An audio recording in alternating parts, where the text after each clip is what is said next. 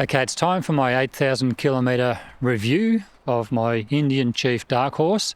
Now, I don't know how much time I've got because, believe it or not, it was blue skies and sunshine when I left, and we have some bad weather rolling in, and I'm expecting rain soon, and the winds really start to pick up, so I'll have to make it a quick, well, as quick as I can, 8,000 kilometre review of my Indian Chief Dark Horse. Now, spoiler alert, I still absolutely love this motorcycle. It is without doubt one of the best bikes I've ever owned, and yeah, I'm still loving it. It's just a pleasure to ride. With the modifications I've made, every time I make a modification, the bike gets better and better. It's just been super reliable, easy to maintain, and just a joy to own. So let's just start by having a look over the bike and just looking at the way the bike looks at the moment with all the mods I've done. And I think it looks absolutely fantastic, but then I'm biased. I'm really pleased with these Mini Ape handlebars. Now, these aren't the same handlebars that come on the Indian Chief Bobber Dark Horse. These handlebars have an 8-inch rise. I'm just also trying to be mindful of the wind. So these handlebars have an 8-inch rise, where the Scout Bobbers have a 5-inch rise. And these handlebars measure from the top of the triple clamp up to the top of the handlebars is about 15.5 inches. I think that's the way Harley measures their handlebars. And for me, it just puts me in the perfect position for riding this bike. Now, when I fit the handlebars, you have to get a kit which gives you longer cables to be routed inside the handlebars, and you also have to get a longer clutch cable which has to be fitted, which I fit all those myself. The install instructions do say they recommend that the Indian dealer fits these handlebars, but I did it. But it took me about probably 8-10 hours to do the job, but you know, obviously it's the first time I've ever done it. Jeremy, the chief mechanic at Indian Motorcycle in Ballarat, can do it in about 4 or 5 hours. Now, another mod I've made is this Saddleman seat. I find this seat to be much more comfortable. I forget what it's called. It's a Saddleman, I forget what it's called now. It's a Saddleman, what is it? Yeah, it's got a name. But anyway, it's a Saddleman solo seat for the Chief. And yeah, I find it to be much more far superior to the stock seat. I find it comfortable, supportive, and yeah, it's just perfect for me. Now, when I say it's comfortable, I don't mean you can ride across America on this seat. That's not what I'm saying. If you're looking for a seat for touring, there are better options on the market, perhaps even from Saddleman, but Mustang, Ultimate Seats, Corbin, you know, take your pick.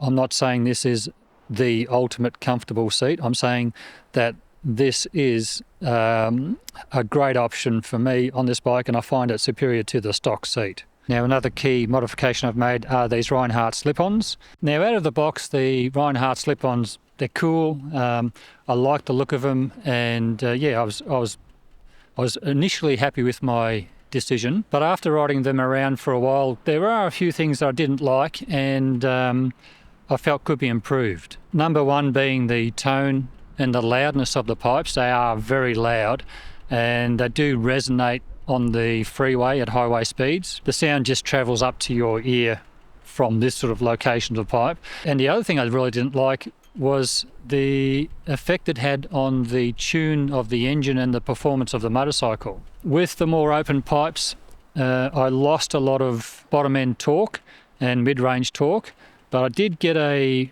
much more free-flowing system for the freeway, where previously I'd ride around in fifth gear at 100 kilometres an hour or 62 miles an hour because I felt the bike was I felt it was labouring, or yeah, just wasn't comfortable in sixth gear at 100 kilometres an hour or 62 miles an hour. By fitting these more open, free-flowing slip-ons, I then could run at 100 kilometres an hour, 62 miles an hour in sixth gear quite comfortably. So I don't think it was a case of the bike labouring in sixth. I think it was a case of the stock mufflers just being too restrictive for sixth gear at that speed. So that was a big bonus, being able to open up this bike at highway speeds and allow me to sit comfortably in sixth gear was really, really good. But I had to fix that issue of losing the low-down torque, because I lost a lot of low-down bottom-end torque, which I really didn't like. That was one of the key beautiful features of this 116 engine, is just the grunt you get right off the bottom, which is fantastic. Now, I did make some modifications to the Reinhardt Slipons, and it is now spot on. I was considering getting the engine retuned and the ECU remapped, which you can't do at the moment. There is no way of doing it on the Chiefs without sending your ECU away. Apparently there's something coming that will allow us to do that, but at the moment you can't. So fortunately, the modifications I made to the slip-ons and the research I did paid off big time, and now I have all my bottom end torque back. I have all my mid-range back, but I haven't lost that free-flowing pipe on the freeway in 5th and 6th gear. Now, I'm not going to cover it in this video, but if you want to see the modifications I made to the Reinhardt slip-ons, I've covered this on my Patreon channel. Now, it's free to watch. I have free memberships on there now, so you can just go over there, watch the videos. And actually, going forward, I'm going to be putting more of this sort of content on Patreon because it doesn't seem to do as well with you guys. You prefer to watch other types of videos, so I'm going to move that sort of content onto Patreon, onto the free membership section, so they'll be free to watch. You can just go over there and watch them. Now, another really pleasing side effect of the modifications of the Reinhardts is the sound. I much prefer the sound of these pipes as they are right now. Previously, they had a very hollow, boomy sort of sound. Now they've got a very sharp, still deep, but a nice sharp, very responsive note to them. Let's start the bike up so you can have a listen.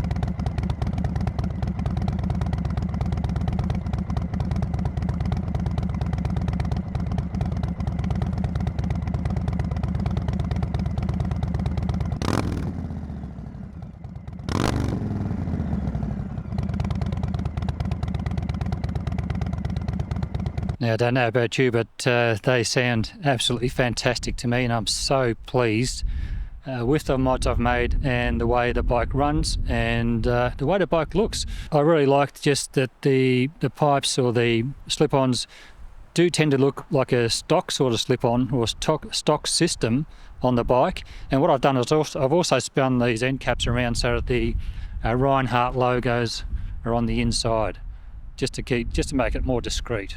So I'm happy with the Reinhardts. I'm very happy with my saddleman seat, and happy with the Mini Ape handlebars.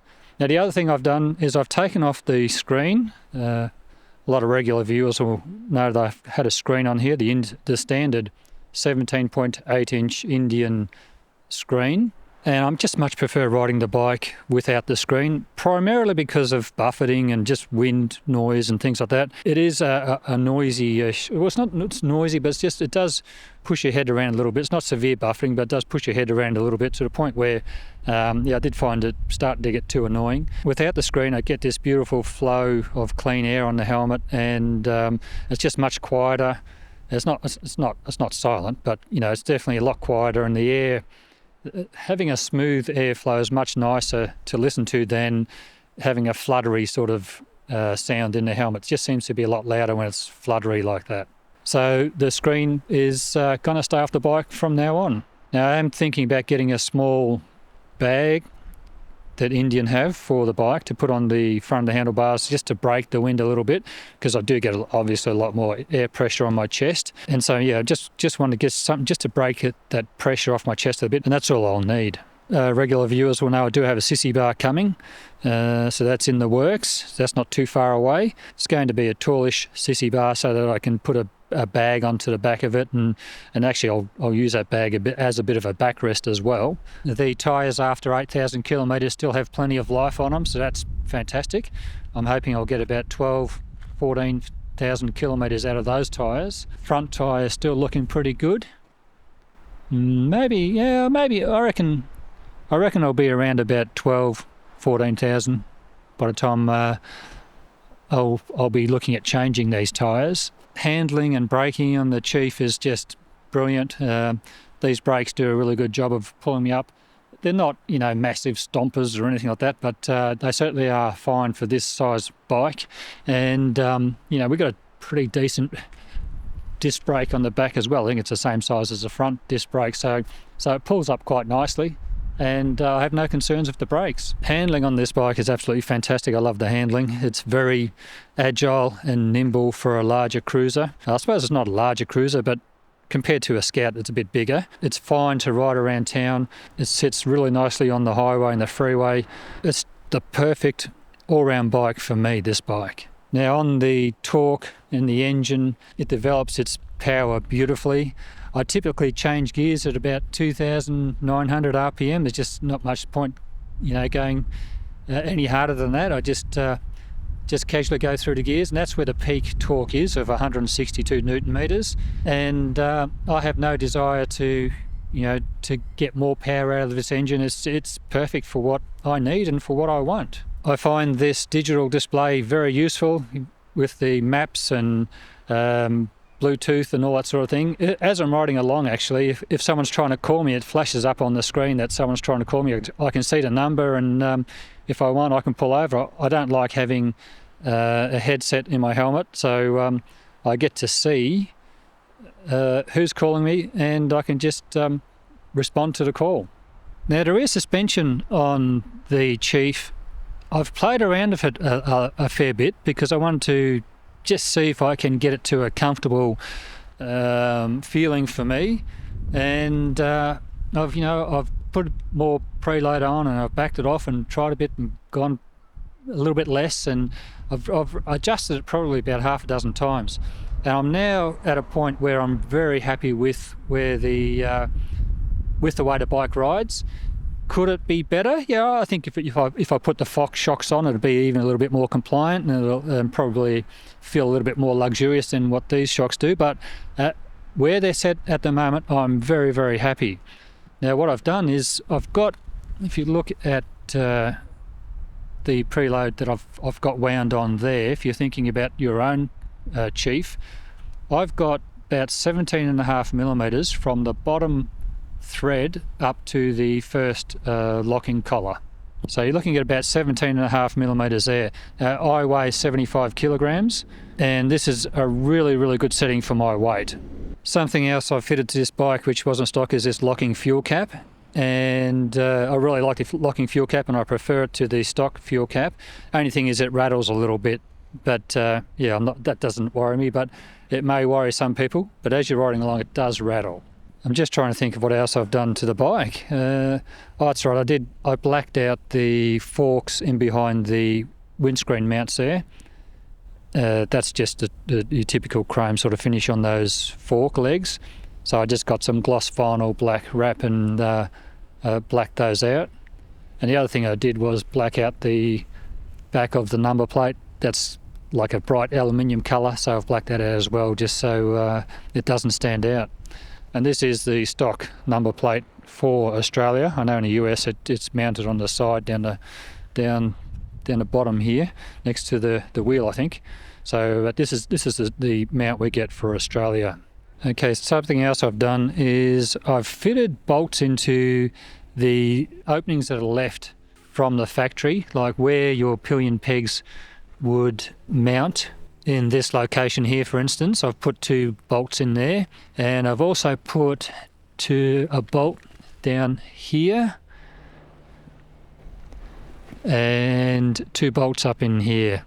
It's just that I saw that the threads were sort of getting a bit of surface rust on them, on those open bolt holes, so I didn't like that. So I've just put a little bit of grease on the bolts and filled those holes basically. Now, at the 8,000 kilometre service, I asked Jeremy if it had thrown any fault codes, and no codes whatsoever. So this bike has never ever thrown a fault code of any description since new, which is brilliant. As I said at the start, it's been super reliable. It's just running so nicely. I love the effortless torque it has. I don't have to wind it out to really get going nice and briskly. Oh, the other thing too is I run this bike in sport mode now all the time. When I first started sport mode, it was very snatchy and aggressive and instant, which I really liked. I liked that instant throttle response. And for the first 5,000 odd kilometres, I ran around in standard mode, and I was quite happy with that. But then I switched to sport mode, and I haven't looked back really. I tried standard mode the other day, and it just feels so anemic now compared to sport mode. I just love that instant acceleration, that instant on. Only downside is, on the freeway, if you hit a few bumps, it can be a little bit off and on. And in those situations, I just switch to the cruise control, just put the cruise control on and then, cruise along the highway. Just on the cruise control, I don't use the cruise control as much as I thought I would. And I think it's because the Chief comes with nice thick grips, and having larger hands, they're just really comfortable on the hands, and I can sit for a few hours and my hands don't get fatigued or tired. And on past bikes, like particularly Japanese bikes, the throttle and the grips are a lot thinner, a lot narrower, and I find my hands get more tired sort of hanging onto those handlebars, and that's where I really am starting to look for cruise control. But yeah, I rarely use it. I use it from time to time, but I don't use it as much as I thought I would with these grips, which is pretty good. That's really, really pleasing.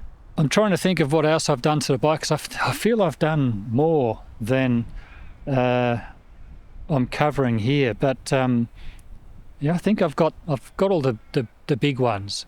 So overall, love the bike, super happy with it.